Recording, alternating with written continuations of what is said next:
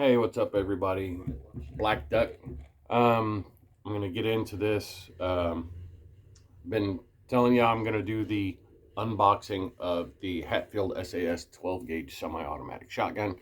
Um, and so today I'm just gonna run through this. Now this has already been unboxed. I've already cleaned it, and I have already broken it in. But for the sake of everybody understanding how to take one of these apart and doing it without getting too intricate, that's what I'm gonna do. I had to set up on one of the um, other tables because my small bench in my gun room is just too small for me to get a good angle with the camera and to lay everything out so you can see exactly what I'm pointing out and stuff like that, some of the things that I've done. I'm gonna try no I'm gonna go ahead and I'm gonna do it. I'm really going to try to make this as easy as possible to understand. There's nothing hard about it. But so I'm just going to get into this. So if you see anything in here, that maybe I'm doing wrong or whatever, feel free to comment, let me know. And of course, I appreciate it if you like, subscribe, and share. So I am by no means a gunsmith. I'm old school. If you're gonna own shit, you gotta know how to operate shit. Gotta know how to fix shit on the cheap. So let's get into the shotgun right now, and we're gonna change the angle here. Okay. Okay. SAS 12 gauge semi-automatic. This is, it's a decent shotty. 240 bucks at Walmart. So first thing I'm gonna do, trying to make sure I get everything in camera. Gonna remove the magazine tube nut, which holds your fore end on. Gonna take that and set that aside. Of course, duck plug out. Oh, and so everybody knows, I have already checked. This gun is cleared, and I needed to do that anyway because when you disassemble this, it's best to have the hammer in the down position. I can point that out at any other time if anybody wants me to. Okay, the next thing I'm going to do is I'm going to remove the secondary nut on the magazine tube, which holds your barrel on. This, if you can't see, one side of this is smooth, the other side is knurled. Let's see if we can get it. See how it's got like the knurling on it? Okay, that goes, when it goes on the gun, the knurling goes this way. So that being done, okay, next thing I'm going to do is I'm going to remove the barrel and the gas piston. This gas piston that I have, these gas pistons go inside right here. This is the one for the heavy loads, which does not have the metal O-ring on the end of it. The one for the light loads has that metal ring, and it will actually hold it inside here. It's not hard. I mean, when it's in, you just put your finger in there and it'll come out. The difference between the two, the O-ring on the light load gas piston, I'm assuming is to it uses more of the gas because when it's a light load, it's not as heavy a charge, so that O-ring captures that gas and it's utilizing more of the gas to push the piston back. So that, as far as I know, is the only difference between the two. Barrel. Now everybody, so I have changed. I don't like stock chokes. I prefer the Carlson's cremators. One of the local sporting goods stores here where I live, they had them. They were I got a 2-pack for like $67, and I think with my Savage shotgun, I paid just about that for one, so that was a good deal. I got the modified and the full choke for that because this is strictly my duck and goose, but basically my my bird hunting gun. Okay, that Now you're going to have your action bar. Slides off. All of this stuff needs to be sprayed out with carb cleaner. Well, not so much carb cleaner, but any kind of degreaser. If you do use carb cleaner, which I use, be very careful not to get it on your wood stock, because the carburetor cleaner will eat the finish on your wood, and you don't want it looking like crap. You can spray it on a rag and wipe everything down, hold it upside down, spray in this direction, get in there and get all the little nooks and crannies. But yeah, for me, just cheap carburetor cleaner works just fine. So now what I'm going to do, we're going to remove the bolt. Okay, now remember, we have our trigger is in the down position, so you don't want to pull your trigger right now. Okay, or your hammer, I'm sorry. So if you take your finger and just push this back, push your bolt back just a little bit, you can see it. Okay, and then grab a hold of your charging handle. Give it, you know, sometimes you got to find that little sweet spot, but give it a wiggle here and there, you know, and it does come out. It's not just going to fall out, because you don't want that, because who wants it flying out when you're in the middle of shooting ducks or whatever you're shooting. And I'm having the hardest time, just because, you know, old. Come on now, you're coming. I know you are. I can feel it. I may have to. Okay, let me try laying it down. That usually works better for me. That's how I usually do it anyway. There we go. Popped right out. See that? Okay, so that's out. Now you can take your finger on the back side, or you can just tilt the gun, and your bolt assembly and your carrier are coming out. This is your bolt and your carrier. Now if you look, you see that little groove. I'm going to explain something about this little groove in there in a second. Okay, and the part that I'm talking about when I make this point later is right up in here against that shoulder. So keep in mind, when I refer to the carrier groove, that's what I'm referring to. Okay, bolt just sits on top. What I did with mine is I used some 2000 wet sandpaper on a piece of milled steel, so I know it's nice and flat. Just use some spray tack to hold the wet sandpaper, and I took this and just worked it back and forth. Now if you look, I'm sure you might still see some, I don't know, the machining marks, you know, all in these, you know, mated surfaces where they're, you know, it's steel on steel sliding. You don't want that. You want things nice and smooth. I wouldn't overdo it, because then you can affect the tolerances of the firearm. Okay, this one I'm pretty sure you're gonna be able to see this. Yeah, maybe right there. You got like some of those milling marks right on that edge. Let me try to catch the light just right. Well, maybe I can, maybe I can. Okay, you see some of those milling marks. Now I've taken most of them out, and basically after I ran it on the paper and everything, I just took a Dremel with some polishing compound and polished it out nice and smooth. And then of course sprayed it, cleaned it again, and then I oiled everything as I was reassembling.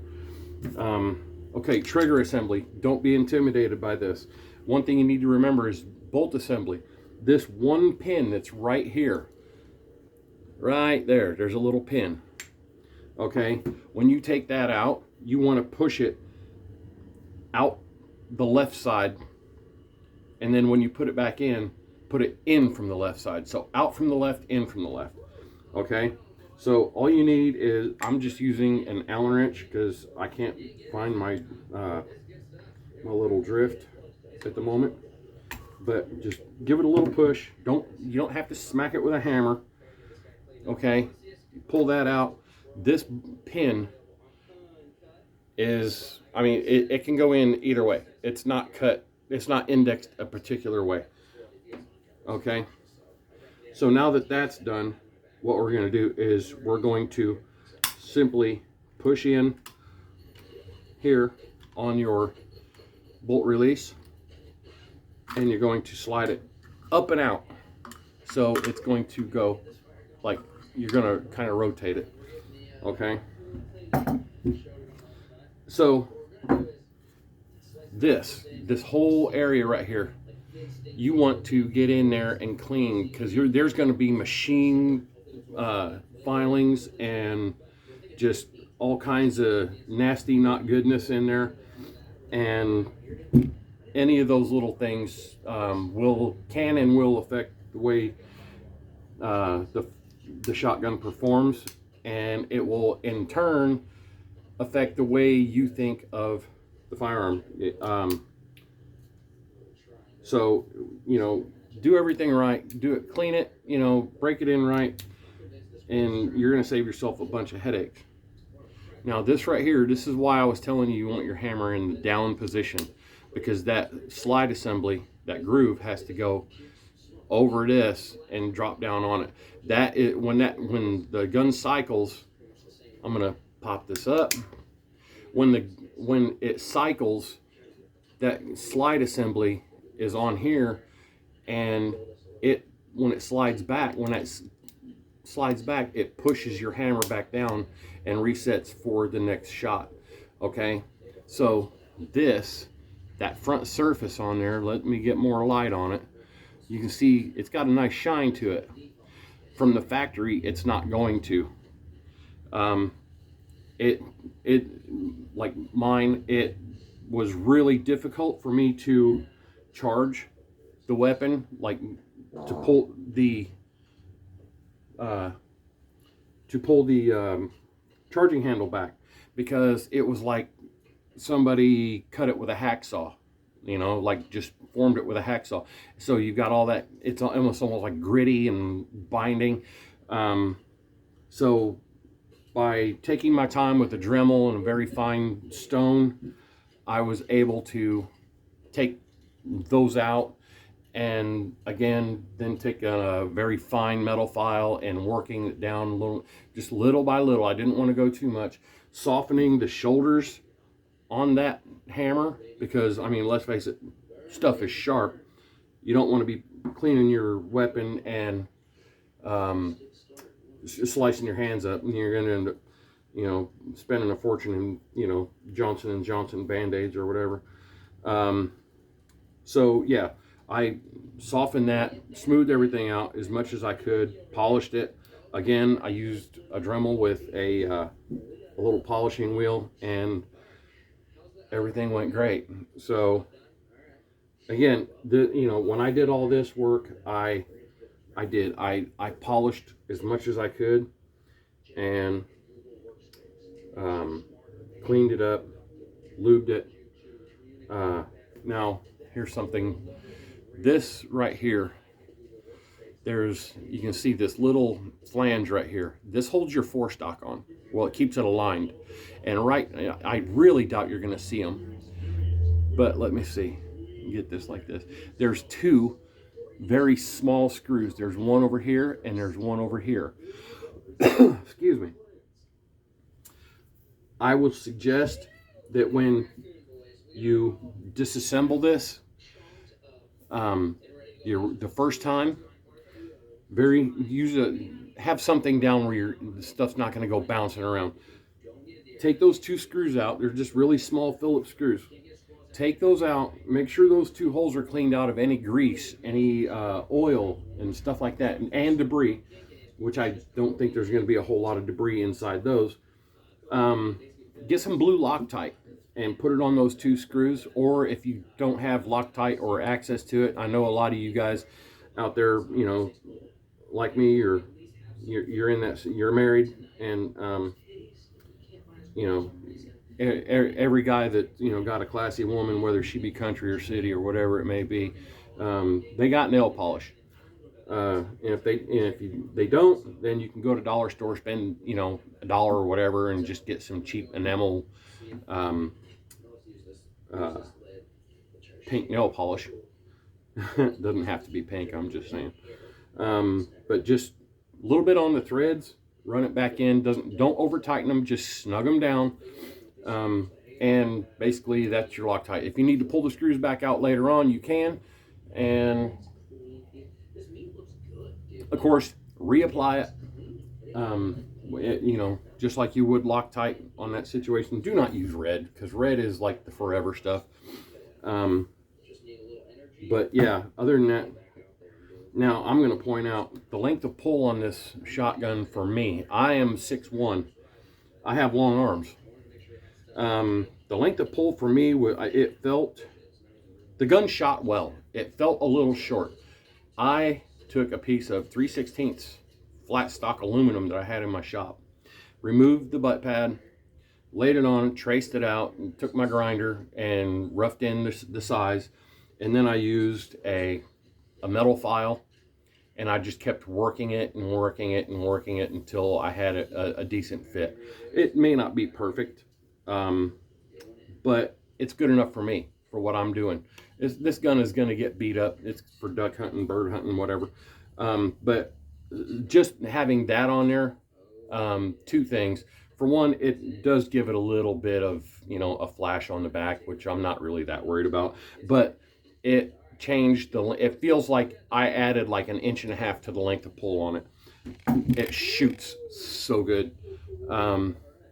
So there's that. I mean, I have not found anyone that provides a shim kit for this. When your shims would normally go up here, as well as shims for adjusting cast. Haven't found anybody. I'm looking. I am also looking for somebody that makes or can provide a composite stock and forend for the SAS 12. Just because wood, I mean, it looks nice. And I like the wood look, but when it's a hunting weapon, whether it be for deer, turkey, you know, ducks, goose, it's going to get beat up. And I really don't want that to happen. I do try to take care of them. I have one of the other wooden guns, wood stock guns that I have was my late brother-in-law's. It is a 1953 Remington 760 Game Master in 35 Remington.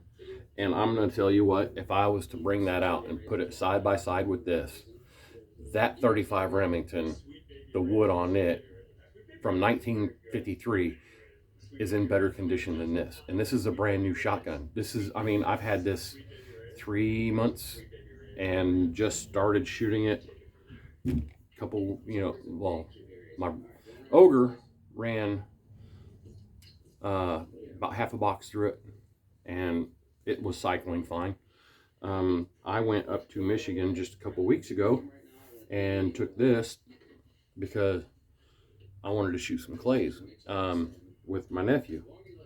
So we were shooting clays, and I ran, let me think, I ran 3.5 boxes through this, and I'll get into that kind of stuff later. But this gun, it does shoot very nice. I can't wait to get out and shoot some 3-inch out of it. But the only thing I have in 3-inch right now are my duck and goose loads, and as pricey as those things are right now, I'm not just gonna burn them out the barrel. So anyway, what I'm gonna do now is I'm gonna reassemble this. Everybody's like, oh, why don't you shut the hell up and start doing what I came on here to watch. Okay, so when you put it back together, you're gonna be pushing this in, your bolt release, and you're going to bring your back end of the trigger assembly, just butt it up against the stock and rotate it up in. Okay, use your drift or whatever you have. Make sure your hole is lined up right here, which it is. Grab your pin, and remember, we took it out of the left side, we're going to put it in from the left side. Okay, you don't need a hammer. I just push that in by my fingers, just even it up and squeeze, you know, just one finger on each side, you know, and it's done. Okay, now I'm going to take my bolts and my slide assembly, and I'm just going to stack them. Nothing, I mean, there's nothing holding them together. Okay, I like to do this with it standing up because, you know, gravity will naturally make the slide bar just go straight down, but just drop it straight in. When it gets right where it needs to be, just let it slide, and it's going to stay right there. So me, okay, now the same thing with your charging handle. Push it in just a little bit, find the little groove. It's only going to go in one way. Push it in, let off. Now, if you want to, you can pull the trigger. Okay, now I'm going to go and I'm going to pull, and it's going to lock it back.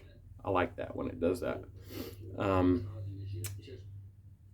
Because it's going to take a load off of everything else that's going to try to hinder you at this point.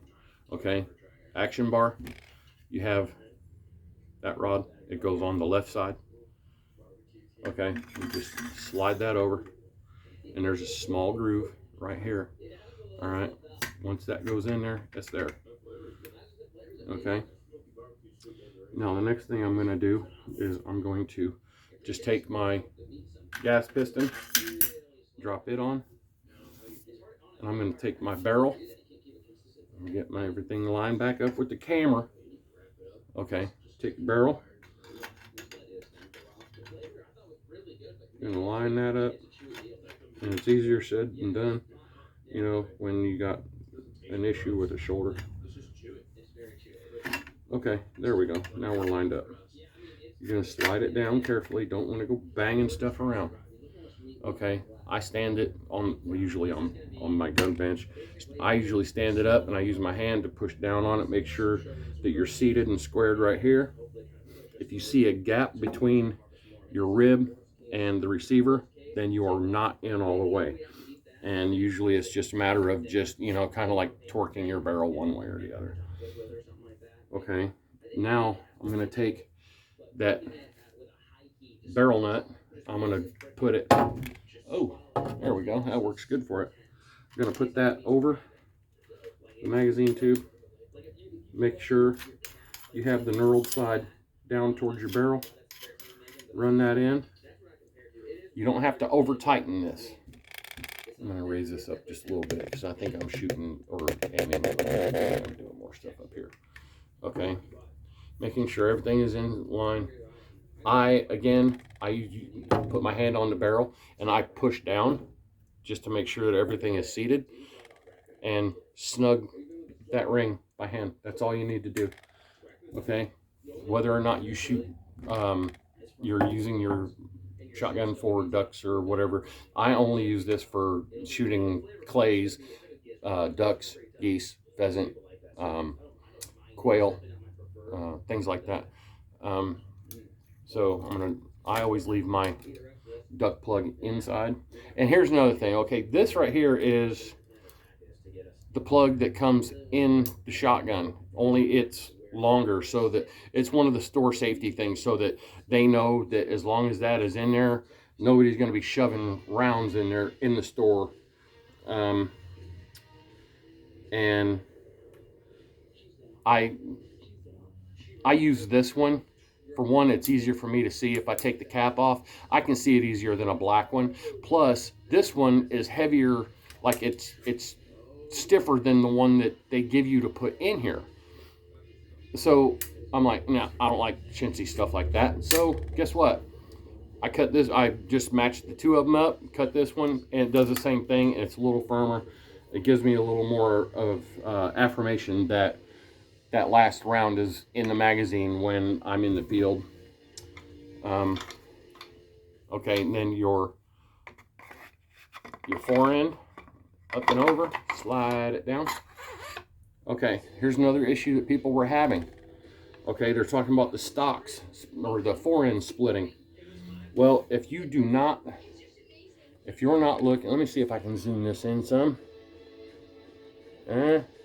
Nope, I don't think it, yeah, it's not gonna let me.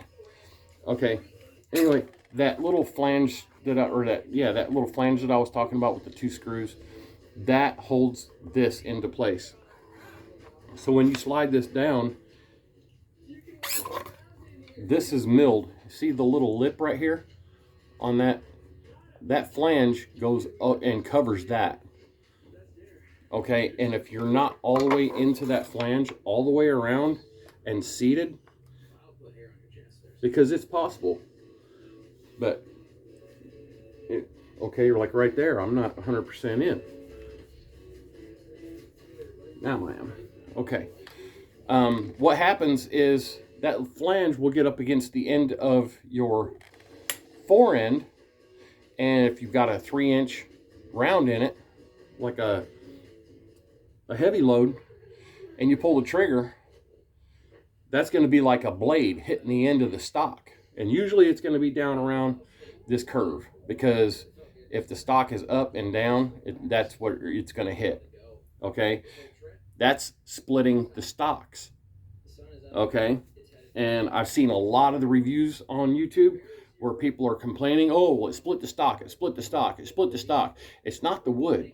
It's the fact that you failed to make sure that your forestock is seated all the way. That's my idea anyway.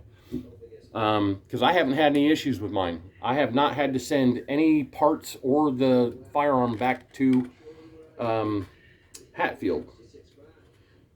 Oh, before I put this on, the magazine end cap. Okay, I want to point out, these do not come with the sling studs. I ordered these. I got a set of them. I got this one and the one that goes into the buttstock. I ordered them on Amazon. They were like $7, and you get this one. I got the one with the long post. It's threaded. You drill a hole, you punch, and you drill a hole in here, and then you put your washers on, and then it has a safety nut on the inside. You tighten it down, and then the one on the buttstock, you just drill a small pilot hole, and then it's threaded, got coarse threads. You run it in just like a screw. Don't over tighten it, or you're going to strip out your stock. But $7, who wants to carry their shotgun, by hand all day? Going, if you got to walk a quarter mile from parking your truck to the duck blind or goose blind or whatever, that gets old. So, and I like to have slings on all my stuff anyway. So there's a tip. And a forewarning. They do not come with the sling studs. But yeah, Amazon's great. Okay, so anyway, now that we got our forestock on, we're going to put our magazine end cap on. Get it going. Don't try to force it, just by hand. Now, one of the things that I did was I put a small piece of rubber tubing inside here, because that is going to transfer the pressure to the magazine tube, and everything still functions, still holds your forestock on, but it in turn takes the magazine tube on the inside, and it pushes on the rubber, which pushes on this, and keeps. You don't want to over tighten this, because then you stand a chance of doing damage to internal parts. But by doing that, if you just like run it, if you run it down and leave a little gap right there so that you're not over tightening it, as you're shooting, this cap will come loose, because there's nothing holding it on. By sticking that little, it's like a 3/4 inch long piece of rubber hose, basically, is all it is. By sticking that in there, now, I can feel that crushing down a little bit, but now it's using pressure from the inside, pushing on the cap, keeping tension on the cap. Maybe instead of checking it every 2 or 3 shots when you're shooting it, you're checking it maybe every 1.5 boxes, 2 boxes of shells. Just, hey, if it's no big deal, things are going to happen. Okay, so now that we have everything reassembled, okay, I want to do a functions check. So locks back and releases. Everything seems to work. So yeah, but it's a good gun. Again, I've said it in my previous videos, I will defend anybody against the HATFIELDs, because it's a good shotgun. Inexpensive, yes. Would I like something a little better? Yeah. I have my eyes on another another shotgun as it is for just for duck hunting. Actually, I got my eye on two of them. This one, it was on sale at Walmart. It was like end of year stock. During the season, I mean, it's anybody, all of you hunters out there know when you're out and it's like getting really close to the, whether it be deer season or whatever, you can say you want 6.5 Creedmoor or 350 Legend, whatever it is. You want a specific rifle so you can go deer hunting. Okay, you go to the store 2-3 weeks before deer season, and guess what?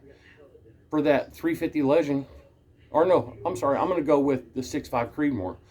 Okay, I love Savage. Savage is like, the very first gun I ever had was a Savage.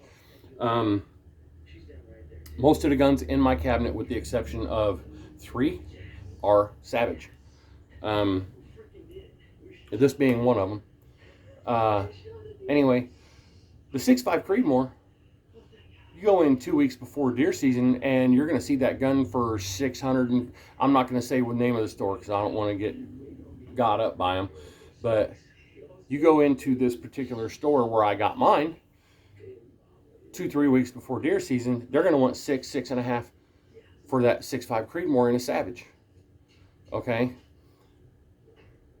And if you wait until after the season's closed out and you go to the same store, I paid, after taxes, I paid like $400 for mine, and that's the combo. So I got the 6.5 Creedmoor, and it came with the scope, which it comes with a Weaver scope, and all but one of my scopes are Weaver. So that says something. And actually, that's another interesting part about that 35 Remington I was talking about. That Remington is exactly the way it was when it was bought in 1953. And it came from the store with a Weaver scope, and it came with Williams a scope reel on it. Everything on that is exactly the way it came from the store. So it's everything. 1953 Remington, and I've looked and I've seen people that are paying gobs of money for that gun.